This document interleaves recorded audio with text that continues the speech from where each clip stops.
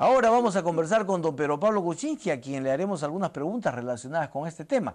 Le agradecemos, por supuesto, esta presencia un domingo a las 7:04 de la noche. Que esté con nosotros, don Pedro Pablo. Muy buenas noches. Bueno, yo no he ido a la playa, por eso estoy aquí puntualito. Agradecemos. Yo no voy a la playa. ¿Por qué? Porque ya no tengo casa en la playa. Ahora se ha trasladado a veces bajo a provincias a su campaña. El acantilado ha ido bien bonito, el agua está bien limpia. Don Pedro Pablo, ¿aceptará usted la convocatoria de Alan García para un gran frente de centro-derecha para el 2016? Mire, yo creo que es muy prematuro hablar del 2016. Siempre es bonito que lo inviten a uno, pero hay que ver a qué lo invitan, ¿no? Entonces, yo francamente no he decidido absolutamente nada. De repente yo lo invito a él. A él, a que se sume a Perú Más. Pero ¿aceptaría usted un diálogo para ver si existe la posibilidad de un gran frente? Dialogar no es pactar, como no es pactar. dicen. O sea, muy bien, pero ¿podría funcionar un gran frente, teniendo la experiencia de lo que fue el Fredemo, por ejemplo? ¿Podría funcionar un gran frente en el Perú? Mire, yo creo que lo que necesitamos en el Perú es buen gobierno.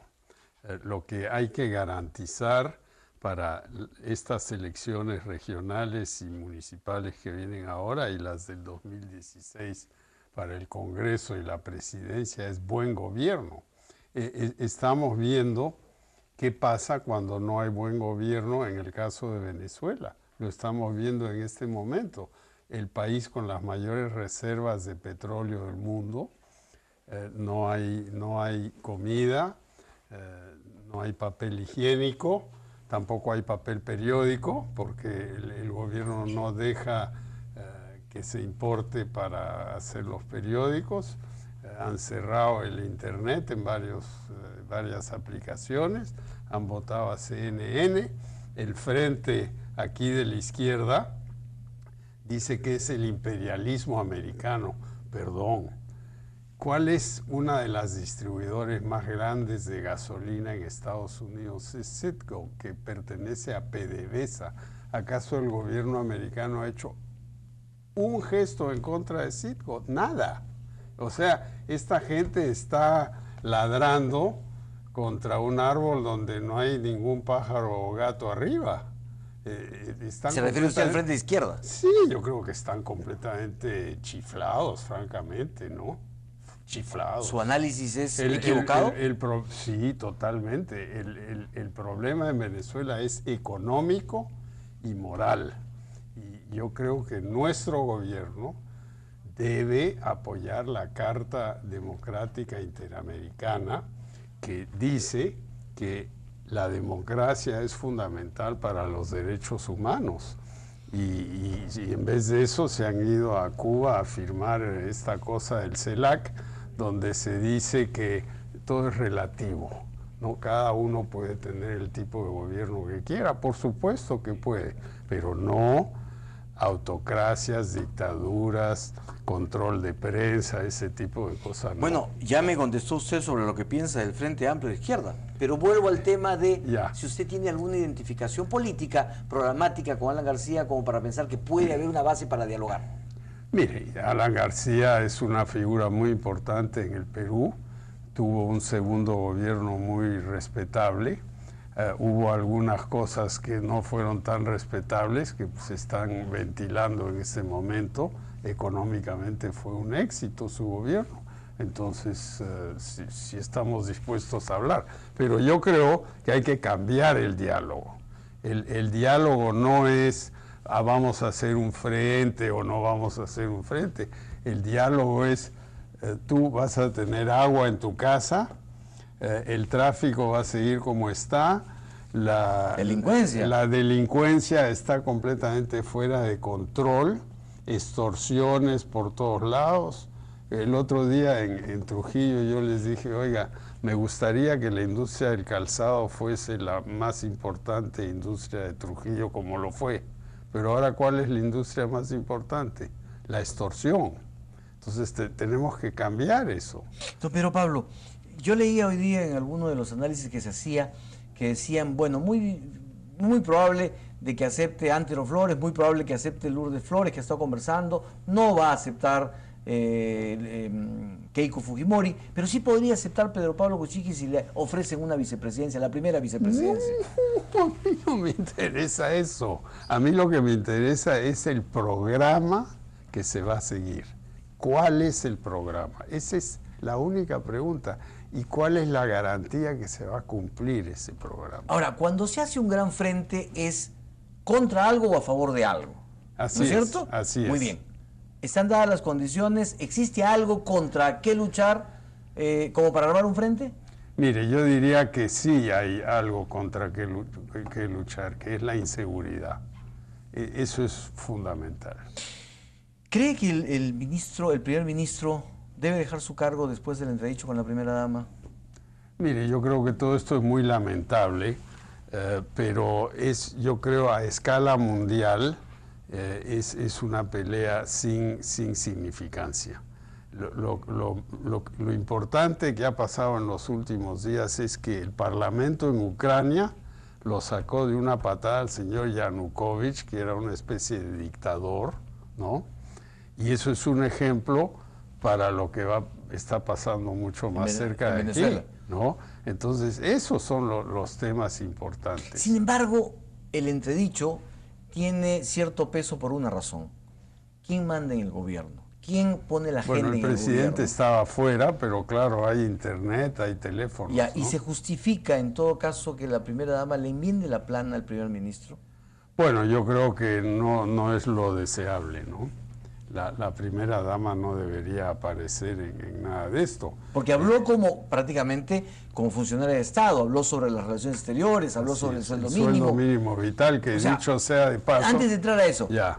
Eso, ¿cómo lo puede controlar el gobierno? Es decir, ¿cómo evitar que una persona que no pertenece a la estructura del Estado o del gobierno no se pronuncie como vocera del gobierno? Yo creo que eso no se puede evitar ahora, pero en la próxima elección vota por alguien que no va a tener ese problema. Pero Pablo no va a tener ese problema. Yo pienso que no.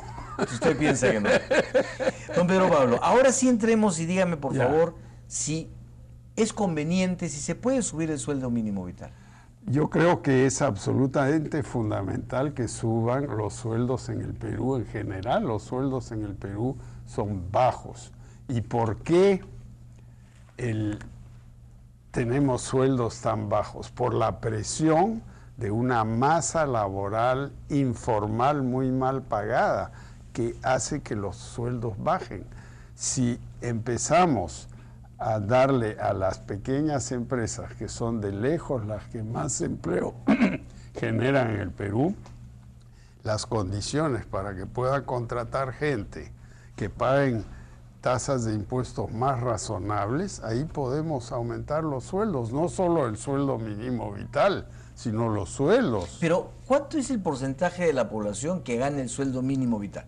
¿Y qué impacto podría tener que se suba, como algunos especialistas han dicho, el 10% en el sueldo mínimo? Yo creo que tendría muy poco impacto.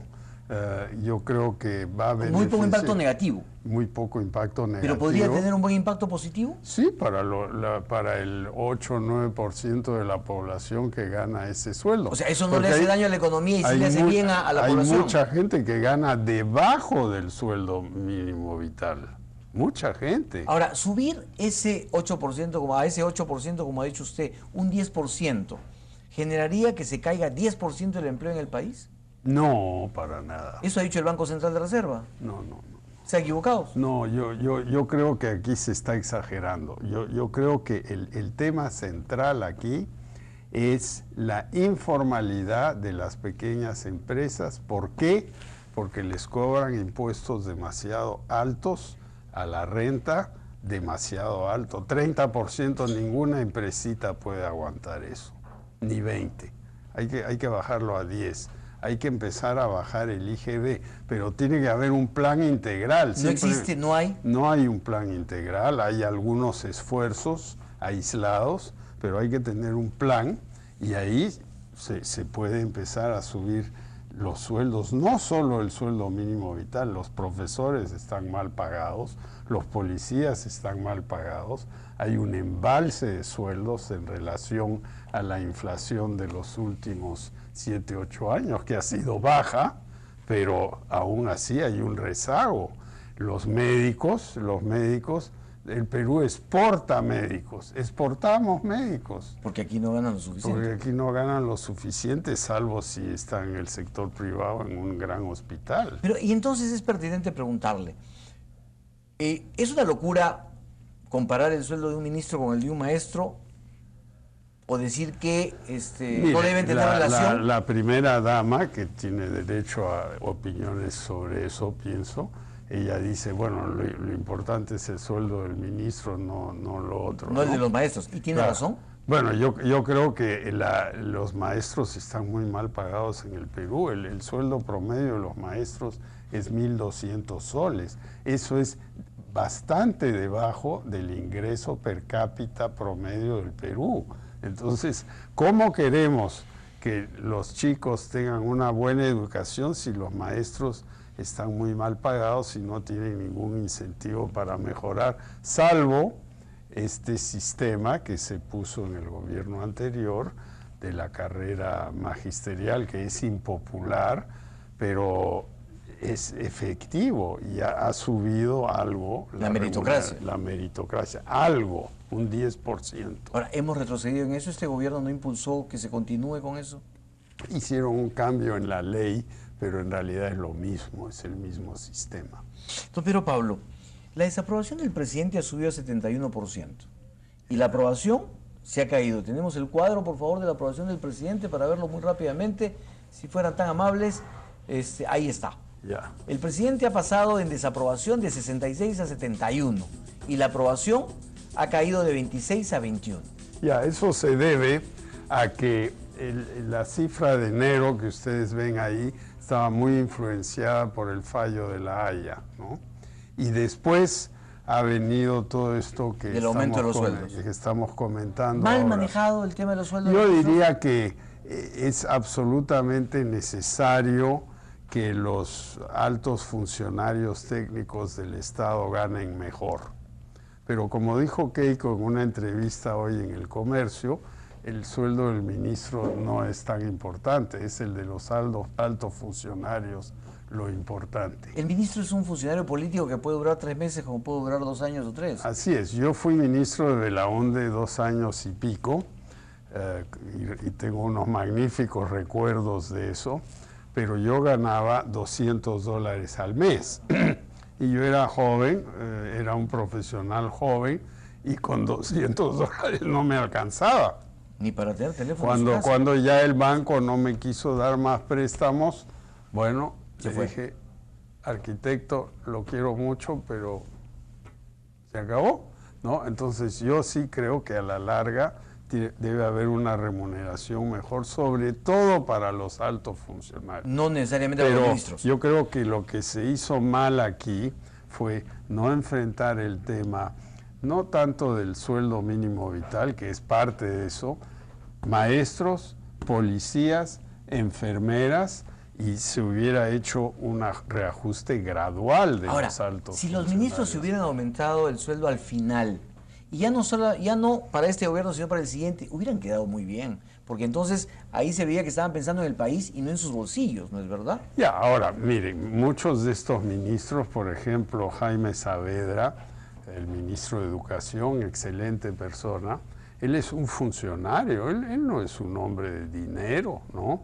Entonces, ha hecho sus ahorritos en el Banco Mundial, pero a este ritmo no puede durar mucho, ¿no? Durará 2, 3 años. Ojalá se quede en el siguiente gobierno. Pero 2, 3 años es el gobierno, pues se acabó el gobierno, ya está. Ya, pero los ministros deberían durar 5 años, ¿no? Esa es su tesis, pero eso es muy cuestionable, porque hay ministros que no dan, y a los 2 meses ya se sabe que no dan. No ¿Para qué deberían se van a estar, quedar? pero no deberían estar. Es que ese es el problema, pues a cuántos ministros no se les nombra por su capacidad profesional, sino por su lealtad malentendida, por su copartidismo, por su, porque le hicieron la campaña al presidente y terminan de embajadores además. Hay que nombrar a la mejor gente, y nuestros embajadores, dicho sea de paso, deben ser embajadores profesionales de y carrera, ¿no es cierto? ¿No? Don Pedro Pablo Kuczynski. A ver, más fantasmas tienes ahí en tu lista. No tengo, la línea 2, la línea 2. Ya lo vio. ¿Usted se opone a las condiciones y al precio que propone Proinversión para la línea 2 del metro? Yo quiero aclarar varias cosas. Primero, yo he sido un abanderado de hacer el metro. Y el metro necesita 4 o 5 líneas, no solo 1 y 2, ¿no? Y el plan así lo incluye. El problema de la línea 2 es esta idea debido al desnivel entre Vitarte y Callao, que es 150 metros, se debe hacer un túnel de 37 kilómetros. En todo el subte de Nueva York, que es uno de los más grandes, no hay un solo túnel de 37 kilómetros, ni uno. Entonces, ¿por qué aquí en el Perú nos vamos a dar el lujo de hacer un túnel que cuesta por kilómetro casi 200 millones de dólares? Podemos poner una parte en la superficie. La encargada de esto en Proinversión ha dicho, bueno, es el desnivel, etc. Y ha dicho que hay que bajar 25 metros. Sí, pues, pero yo creo que eso es técnicamente completamente equivocado. Hay una cosa, y cualquier estudiante de aritmética lo puede calcular. El desnivel es 150 metros. En 37.000 metros, esa es la distancia, 37 kilómetros. Es una pendiente de 0,4. Eso no tiene ningún problema técnico. Y además, lo que han dicho, que es que se consume más al subir. Más energía es al cierto, subir y después bajar. Pero al bajar se regenera con los frenos de los trenes nuevos, se regenera electricidad. Pero es más, han dicho, nos vamos a evitar las expropiaciones, no vamos a tener que gastar en expropiaciones. Bueno, ese es el meollo del asunto, pues.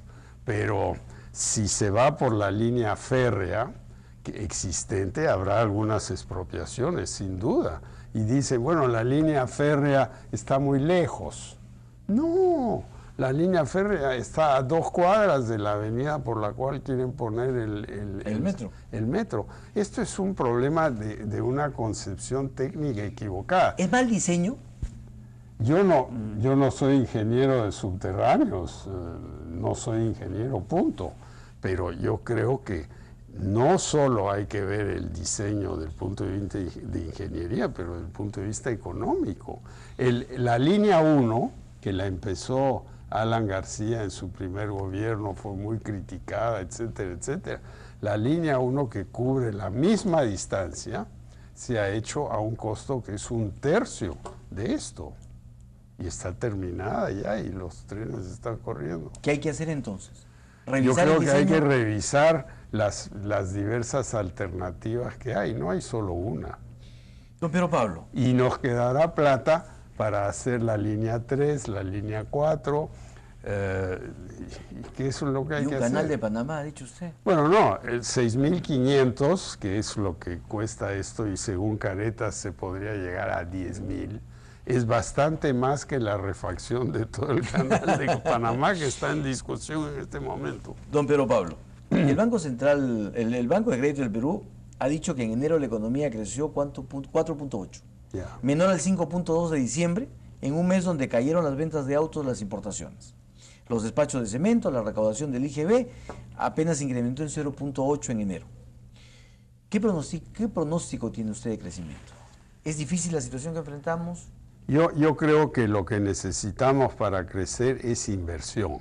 ¿Y no hay? Y el crecimiento de la inversión el año pasado fue solo de 3,8%. Entonces, ¿qué cosa es la inversión? Construcción, más obras, más fábricas, más casas, etcétera, ¿no? Más metros, ¿no? Pero tenemos que generar confianza, esa es la base de todo. Pero no hay. No, Porque inversión nueva, creo, inversión privada nueva no ha llegado, nueva. No, sí hay inversión privada ¿Sí? grande. Sí, ¿Nueva? Sí. Nueva. Toromocho, que se acaba de terminar. Pero eso no es nuevo, pues, don Pedro Pablo. No ha venido con este gobierno. Este gobierno no ha podido atraer nuevas inversiones. Cerro Verde está en construcción, es inmenso, Constancia no es de este gobierno. Es grande. Bueno, ¿qué importa si es de este o del otro o del siguiente? Pero es que sí tiene que ver. Es que haya inversión. Pero sí tiene que ver por lo que usted dice. Un gobierno que genera confianza atrae inversión. Exacto. Un gobierno que no genera confianza, bueno, se mantiene con lo que hay, pero no tiene nueva inversión. Todas esas cifras del BCP ahí tienen que ver con decisiones de miles de empresas pequeñas, medianas, grandes, y están en este momento, creo, algunas de esas, sobre todo las medianas, un poco nerviosas, ¿no? ¿Por qué? Porque todas estas cosas políticas de las cuales hablamos al principio de la entrevista, ya empiezan a tener algún desgaste, ¿no? Al principio el gobierno no era así. El ministro de Economía sigue siendo el mismo, es altamente positivo que él esté ahí, pero él no puede manejar todo, ¿no? Y está bien acompañado en varias carteras, una de ellas la mencioné hace un rato, la de educación, pero la inversión no solo es el gobierno, también el precio de los metales, el precio del oro ha caído, pero por otro lado hay cosas muy positivas. Yo ahora que volví de Europa en un viaje relámpago en el avión, estaba sentado al lado del principal exportador de quinoa del Perú, un señor Díaz Canseco. Y en la cola para entrar al avión me encontré con unos productores de café orgánico, de Chanchamayo, de Puno, que estaban en una feria alimenticia en Alemania. Bueno, esa es empresa, esa gente hace inversiones. Ya, pero como contraparte tenemos ministerios que no saben gastar su presupuesto, ¿no es cierto? Ya.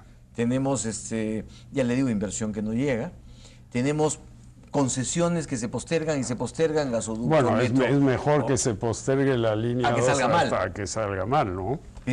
Pero postergamos y postergamos. Nunca lo hacemos bien, entonces. No, hay cosas que se hacen bien. Yo no quiero tirarle piedras a este gobierno solo porque hay algunos problemas. Yo creo que hay problemas serios en cuál es su posición internacional en este tema de Venezuela, por ejemplo, ¿no? Yo creo que debería ser mucho más contundente, apoyo a la juventud, la Carta Interamericana Democrática, miremos lo que ha pasado en Ucrania. Ucrania es lejísimo, pero está pasando lo mismo que en Venezuela. Don Pedro Pablo, hay falta de lluvias en el agro. Así es. ¿Puede generar esto una alta inflación en los alimentos? No creo, pero sí va a causar problemas para el agua en Lima, ¿no? Vamos a tener escasez. Sí. El jueves 27 el INEI va a cambiar el año base. Así es. ¿No es cierto? Para el cálculo del PBI. ¿En qué medida va a impactar esto? Eso va a subir las tasas de crecimiento. ¿Por qué? Porque la base estadística del año 94, creo que es, era una economía donde la minería era mucho más pequeña, no había supermercados, no había distribuidores de autos en la escala que hay ahora. La economía ha cambiado, los servicios médicos son más importantes, la distribución es más importante, entonces todo eso va a subir la base significativamente y lo que era un crecimiento de 5 será 6. Eso es positivo, pero tampoco hay que engañarnos, ¿no? Ahí viene el problema, ¿no? ¿Podría ser eso la posibilidad de un autoengaño? Yo creo que no, yo creo que esto se está haciendo con toda seriedad y me parece muy bien lo que están haciendo. Don Pedro Pablo, preguntas cortitas, políticas, pero contundentes, como usted le ha pedido al gobierno que sea con Venezuela. ¿Susana Villarán debe postular a la reelección? Si va a perder, como parece, es decisión de ella si lo quiere hacer. Pero usted cree que va a perder. Ah, bueno, todo indica eso, pero yo no soy encuestador, ¿no? Pero ¿usted cree que sus obras ameritarían la posibilidad de lanzarse en una campaña? Yo creo que ella está haciendo la planificación para unas obras muy importantes que se verán, cuyos resultados ¿En el se siguiente verán gobierno municipal? en 2, 3 años, de repente 4. Bueno, la población no los va a ver para esta campaña. Claro, claro. Y el problema en Lima es seguridad y agua, y ella tiene muy poco que ver con eso, ¿no? Entonces, pocas posibilidades. Así es. ¿Salvador Ariza será en definitiva el candidato por Perú Más? Mire, el partido todavía no está constituido oficialmente, o sea, una vez que esté constituido tomaremos una decisión de apoyarlo. Pero, ¿usted ha dicho decisión de apoyarlo o decisión de ver quién será el candidato? No tenemos otros candidatos, es Pero él no, o pero no hay no candidato. levanten las encuestas. Bueno, faltan meses todavía. Pero lo que él debe tener, y se lo he dicho, es un buen plan para Lima. ¿Y no lo tiene? No, pero lo tiene que articular, lo tiene que explicar. ¿No? Por ejemplo, hablábamos del agua. La alcaldía de Lima no está representada en Sedapal, pero debería estar. ¿Cuál es el plan? Hay 1,5 millones de personas que no tienen agua en Lima. Es una responsabilidad muy grande. Muy bien, don Pedro Pablo Kuczynski, muchísimas gracias por su presencia. ¿Cuándo inscribe su Bueno, su eso partido? depende del jurado que están ahí contando las firmas. las firmas. Esperemos que terminen pronto. Muchísimas gracias por su presencia. Terminarán. Muy amable. Muchas gracias. Ha sido Pedro Pablo Kuczynski conversando con nosotros. Vamos a una pausa. Regresamos para seguir con el análisis político con respecto a la situación del primer ministro y a las encuestas del presidente.